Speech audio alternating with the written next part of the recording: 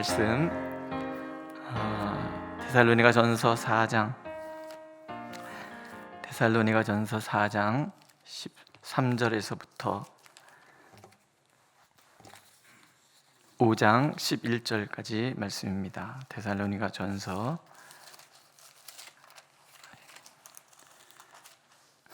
4장 13절에서부터 5장 11절 함께 읽겠습니다. 형제들아, 자는 자들에 관하여는 너희가 알지 못함을 우리가 원하지 아니하노니 이는 소망 없는 다른 이와 같이 슬퍼하지 않게 하려 함이라. 우리가 예수께서 죽으셨다가 다시 살아나심을 믿을진데 이와 같이 예수 안에서 자는 자들도 하나님이 그와 함께 데리고 오시리라. 우리가 주의 말씀으로 너희에게 이것을 말하노니 주께서 강림하실 때까지 우리 살아남아 있는 자도 자는 자보다 결코 앞서지 못하리라. 주께서 호령과 천사장의 소리와 하나님의 나팔 소리로 친히 하늘로부터 강림하시리니 그리스도 안에서 죽은 자들이 먼저 일어나고 그 후에 우리 살아남은 자들도 그들과 함께 구름 속으로 끌어올려 공중에서 주를 영접하게 하시리니 그리하여 우리가 항상 주와 함께 있으리라. 그러므로 이러한 말로 서로 위로하라. 형제들아, 때와 시기에 관하여는 너희에게 쓸 것이 없음은 주의 날이 밤에 도둑같이 일 줄을 너희 자신이 자세히 알기 때문이라. 그들이 평안하다 안전하다 할 그때에 임신한 여자에게 해산의 고통이 이름과 같이 멸망이 갑자기 그들에게 이르리니 결코 피하지 못하리라. 형제들아, 너희는 어둠에 있지 아니하며 그날이 도둑같이 너희에게 임하지 못하리니 너희는 다 빛의 아들이요 낮의 아들이라. 우리가 밤이나 어둠에 속하지 아니하나니 그러므로 우리는 다른 이들과 같이 자지 말고 오직 깨어 정신을 차릴지라. 자는 자들은 밤에 자고 취하는 자들은 밤에 취하되 우리는 낮에 속하였으니 정신을 차리고 믿음과 사랑의 호심경을 붙이고 구원의 소망의 투구를 쓰자. 하나님이 우리를 세우심은 노하심에 이르게 하심이 아니요 오직 우리 주 예수 그리스도로 말미암아 구원을 받게 하심이라. 예수께서 우리를 위하여 죽으사 우리로 하여금 깨어있든지 자든지 자기와 함께 살게 하려 하셨느니라. 그러므로 피차 권면하고 서로 덕을 세우기를 너희가 하는 것 같이 하라. 아멘. 기독교 신앙의 특징 중에 가장 중요한 특징은 부활신앙입니다. 부활은 우리의 희망이고 동시에 우리 오늘을 이겨내는 강력한 힘이 되기 때문에 그렇습니다. 복음서에 기록된 심판에 대한 말씀, 그리고 고린도전서 15장의 부활에 대한 변증, 그리고 오늘 데살로니가서에 기록된 부활에 대한 주님의 재림에 대한 증언들은 우리에게 그날을 준비하는 바른 자세가 무엇인가를 깨닫게 해줍니다. 초대교회는 예수께서 즉각 재림하시는 줄 알았어요. 30년 만에 예수께서 오실 것이다. 그렇게 이 세대가 지나가기 전에라는 예수님의 말씀이 있었기 때문에 금방 올 줄 알았어요. 그런데 데살로니가 교회 성도들이 부활의 소망을 갖고 살아가는데 동료 그리스도인들이 자꾸 죽어가는 거예요. 죽은 사람들은 어떻게 될까? 예수님이 부활하실 때 죽은 사람들은 어떻게 될까? 재림하실 때 어떻게 될까? 이게 이들에게 고민이 됐던 것 같아요. 그래서 사도는 죽은 사람들에 대해서 염려하는 것 같이 염려할 필요가 없다는 얘기를 들려줄 필요가 있었어요.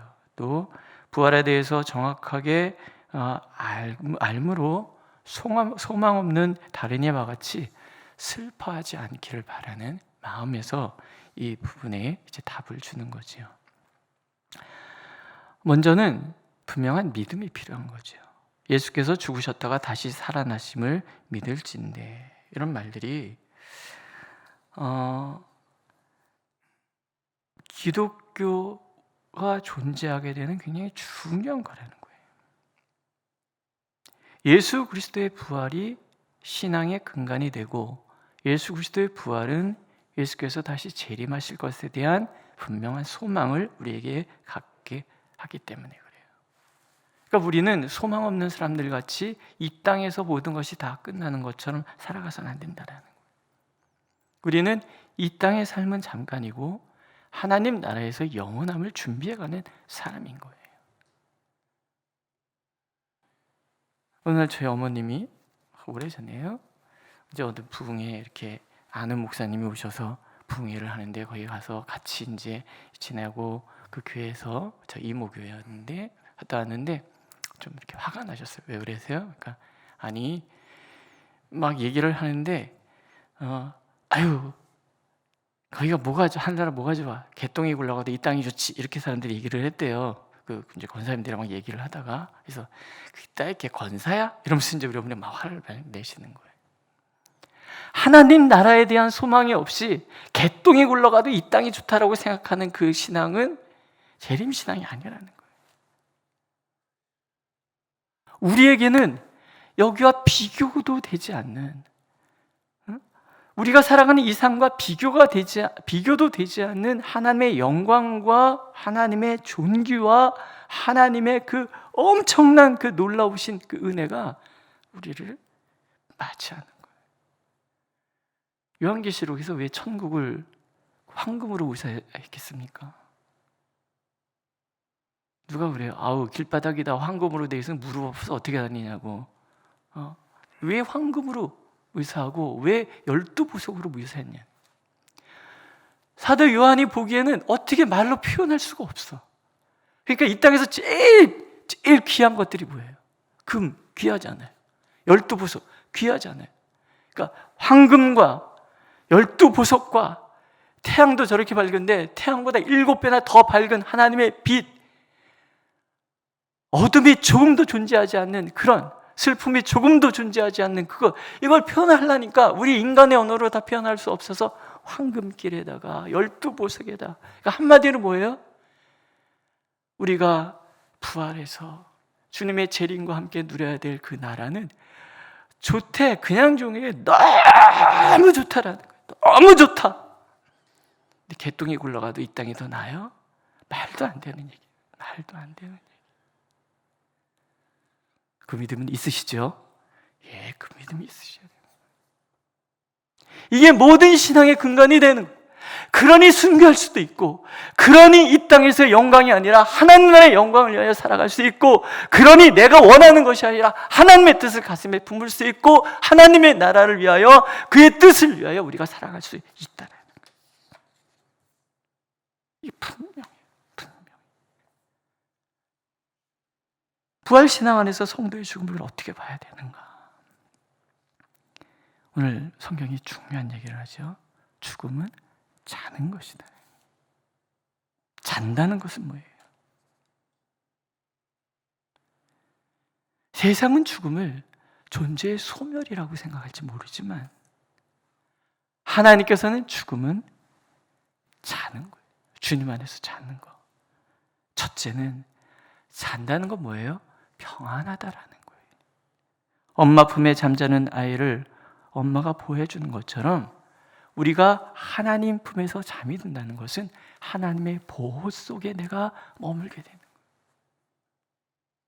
두 번째는 이 죽음을 예수께서 책임지신다는 거예요. 주님이 재림하시는 그날 주님 안에서 잠든 자들은 한 명 한 명을 하나님이 다 깨워주시는 거예요. 하나도 놓치지 않아서 바다도 땅도 하늘도 모든 것이 하나님의 백성들을 다 하나님 앞에 세워야 되는 거예요. 한 명도 놓치지 않는다는 거예요. 이거 믿으세요? 한 명도 우리를 놓치지 않으세요. 호령과 천사장의 소리와 하나님의 나팔 소리, 너무나 웅장하고 온 천지를 울리는 장엄한 모습이잖아요.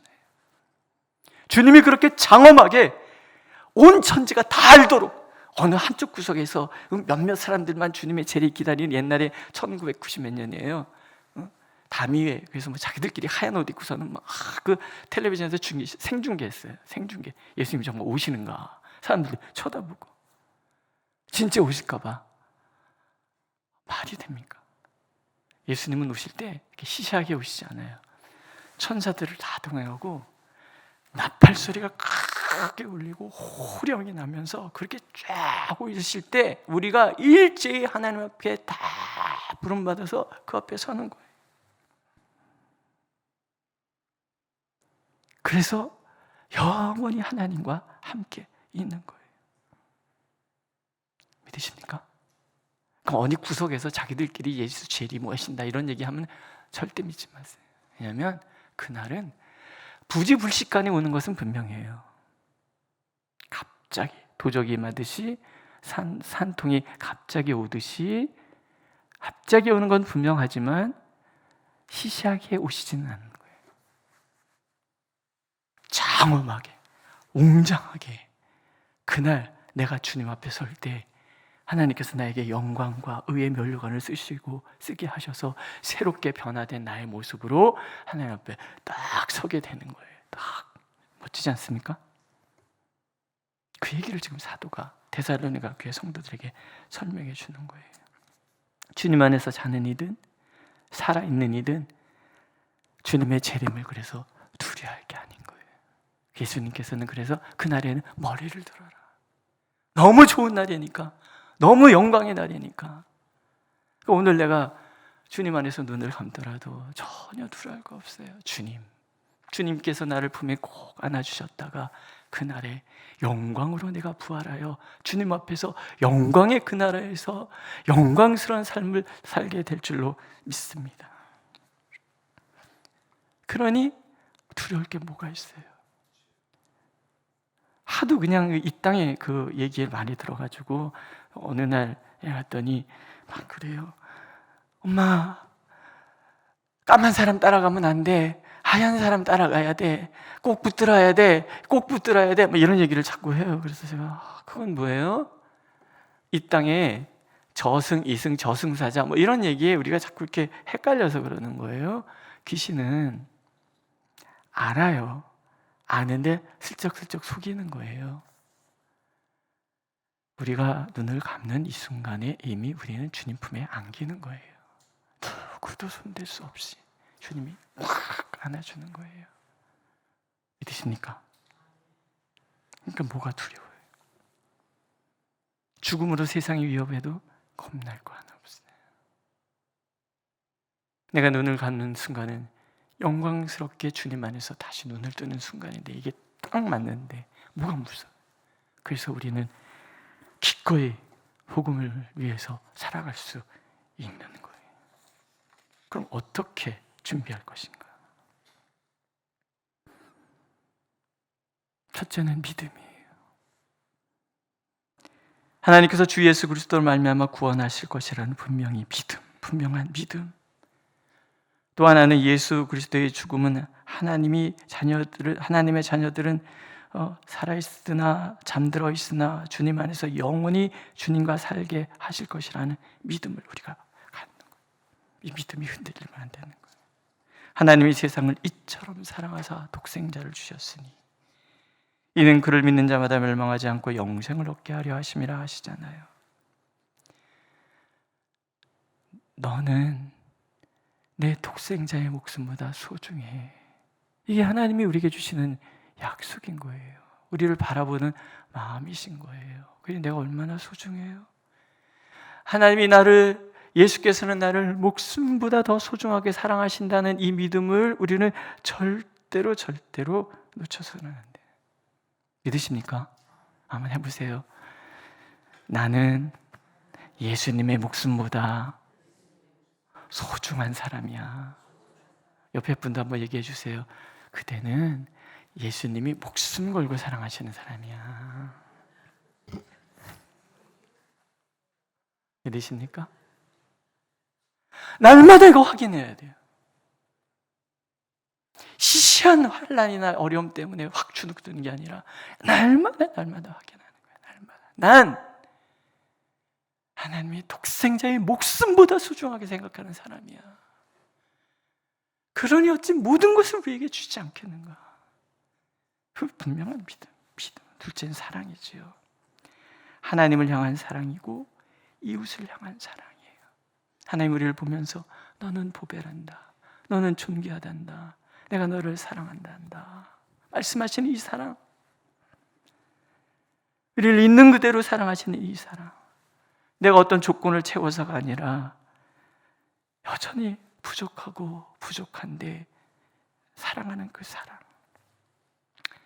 저는요 가끔 새벽 1시고 새벽 2시고 갑자기 탁 잠을 깨면은 어제 있던 일들을 반성을 해요. 바보 왜 그랬을까? 뭐 이래요? 아니면 뭐 1년 전에 뭐 이렇게 갑자기 떠오르면 바보 이러면서 잠을 붙잡고 뒤척뒤척해요. 그러다가 어느 날 알았어요. 나는 괜찮아가 안 되는구나. 실수해도 괜찮아. 다 못했어도 괜찮아. 틀렸어도 괜찮아. 완전하지 않아도 괜찮아. 이게 안 되는구나. 이게 안 되는구나. 누가 뭐 시키면요, 질문하면 정답을 말해야 된다는 강박 때문에 말을 못해. 그래서 만약에 내가 얘기를 했는데 그 질문한 사람이 그게 아니고 그러면 갑자기 막 창피해지고 그거 왜 물어봤을까? 막 이러고 저분은 뭘 원할까? 막 이런 거 막 생각하고. 근데 하나님께서는 괜찮아. 틀려도 괜찮아. 틀리는 건 없어. 그냥 말하면 돼. 이렇게 얘기하신. 이 괜찮아가 안 되니까, 나한테 괜찮아가 안 되니까 남한테도 괜찮아가 안 돼요. 사실은 뭐 부목사님들이나 교육전도사님들이 저하고 같이 말은 안 하는데 제가 온 몸으로 보여주는 게 있는 거죠. 그거밖에 못해? 왜 못해? 이런 얘기를 내가 몸으로 보여주고 몰랐어요. 저는 제가 그러고 있는지. 근데 내가 나를 받아들이지 못하는데 남인들 받아들이겠어요? 그래서 어느 날인가부터 괜찮아. 그럴 수도 있지. 내가 괜찮아야 남도 괜찮은 거예요. 믿으십니까? 혹시 저하고 비슷하신 분들 있으면 한번 따라해 보실래요? 괜찮아. 쓰다듬어주면서 괜찮아. 옆에 숨을 쓱 쳐다보면서 너도 괜찮아. 우리 다 괜찮아. 다 괜찮은 거예요. 괜찮고 이게 은혜인 거예요. 우리가 잘 못했는데 하나님이 괜찮아. 실수했는데 그럴 수 있어. 이걸 은혜라고 얘기하는 거예요. 있는 모습 이대로 받아주시는 이 하나님의 사랑에 대한 믿음. 하나님 나를 사랑하시는구나. 오늘도 괜찮다고 말씀하시는구나. 세 번째는 구원의 소망이잖아요. 나는 자격이 없지만 하나님의 은혜로 구원받은 하나님의 딸이다, 아들이다, 상속자다. 이것은 바뀌는 법이 없어요. 어제 괜찮았다고 오늘 나빴다고 하나님께서 취소 안 해요. 따라해보세요. 구원은 단번에, 완전히, 영원히. 히브리서 얘기해요.